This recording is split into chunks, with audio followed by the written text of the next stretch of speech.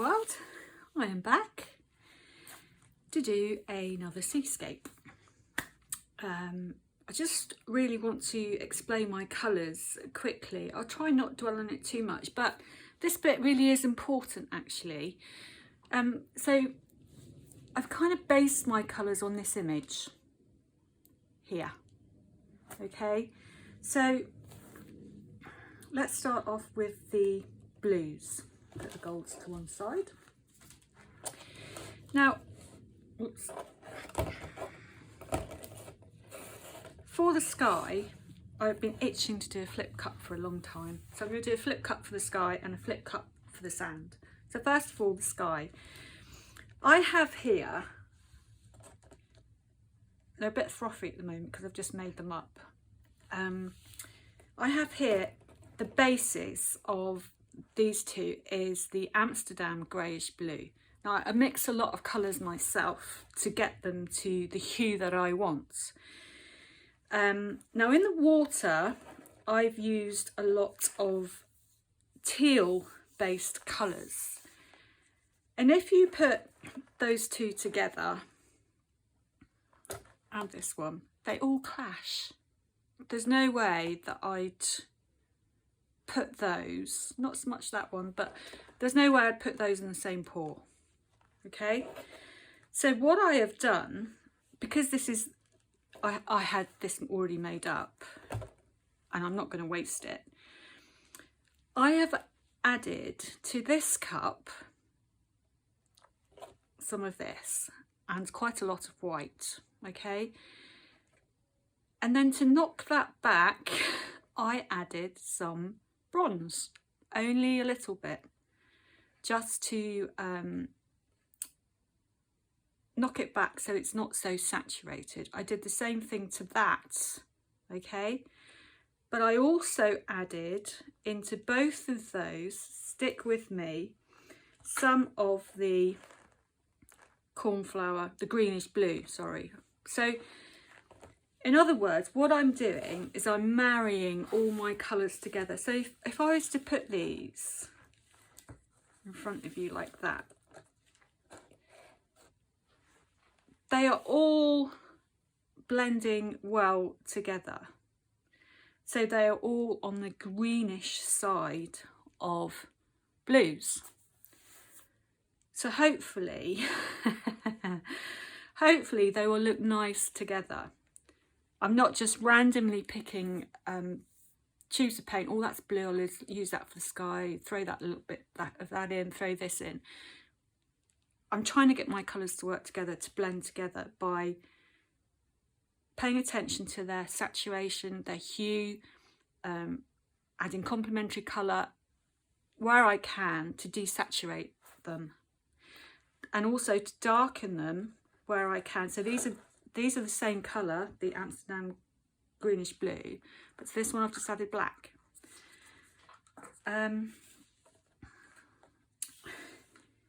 So I hope that doesn't confuse you. And actually there is a little tiny bit of ultramarine in this as well.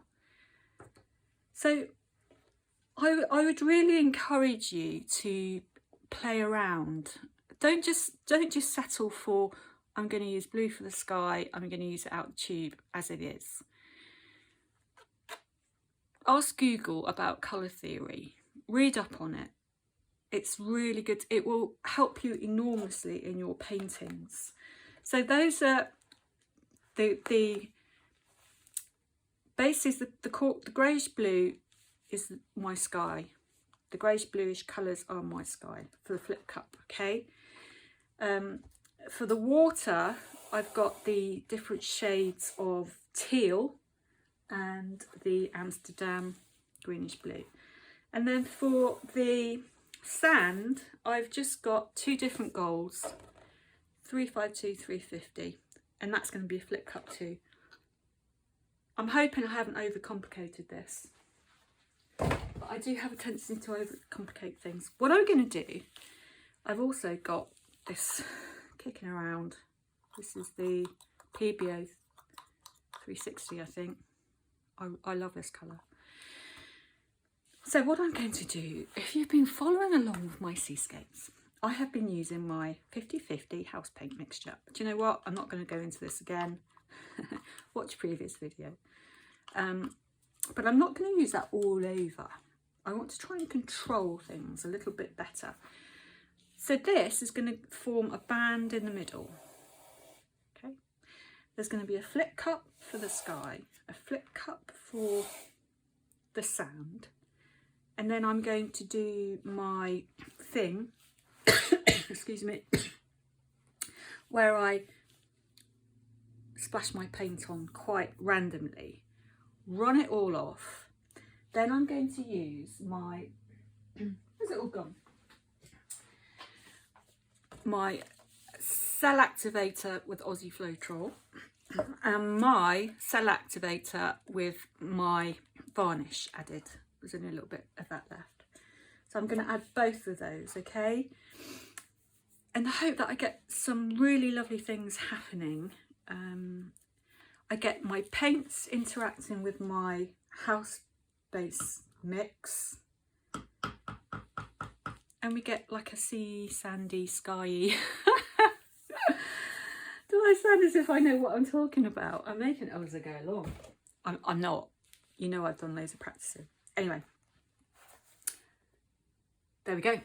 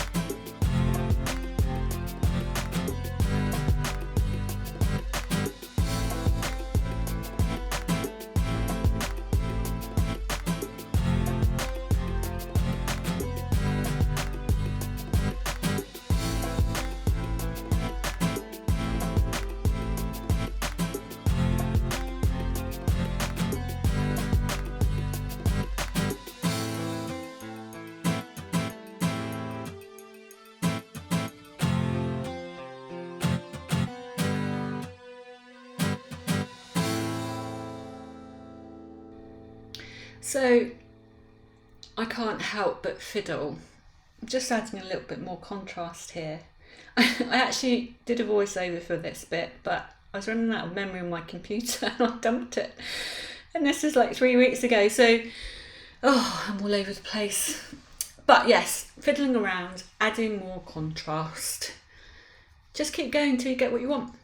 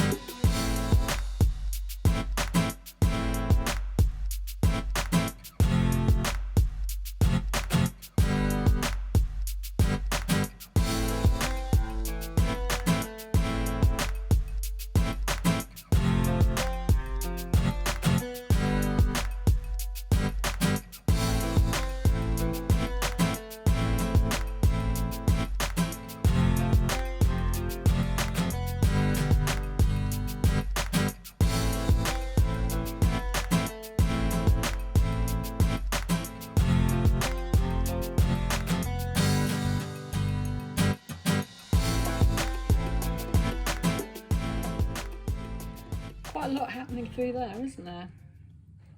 I wish I kept the sky really simple and not do a flip cut, but it's done now. See how it dries. Actually, it's quite a nice horizon line. That's quite nice. So, combination of both cell activators there. Hopefully this will continue to melt into one another. I didn't use the clear propylene glycol in this. Beginning to wish I had. Anyway, I'm going to leave it. I don't want to mess around too much. Stay tuned for the dried results. So let me just give you the dried results here, show you. I'm not quite sure about the sky. That Amsterdam Grace Blue is very opaque, it's very solid. But I do quite like some of the things that are going on through here with the iridescent blue, the PVA. The gold, a little bit blingy for me. Actually, this was the Aussie Floetrol through here, a bit through there. It's dried quite nicely. I think this one I watered it down a little bit more than what I did last time. So it's quite busy through there, but hopefully it's balanced out with the top and the bottom. And just to give you a sneak peek of the next video, if I can do that, underneath. There you go. Stay tuned for next week. Bye.